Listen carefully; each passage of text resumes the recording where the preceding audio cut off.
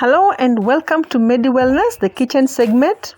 Today we continue the sweet potato series and we have two delicious mashed sweet potato recipes for you.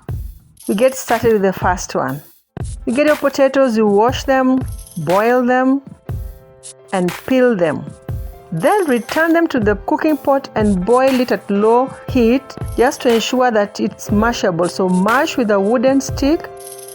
Mash until it is soft and with a good consistency. And there, our food is actually ready.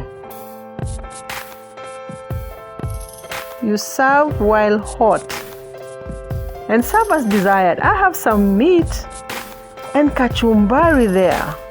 The salads look nice. So we are into our second recipe and we are making the delicacy of Western province called Homosogne. There we mash with a wooden spoon or stick until it's very even and then add in boiled or cooked beans. You can see they are also hot, they are still cooking. Then mash them together. This meal can be given to babies at 6 months as complementary feeding, and it can also be given to anybody in the family, so it's a real family meal.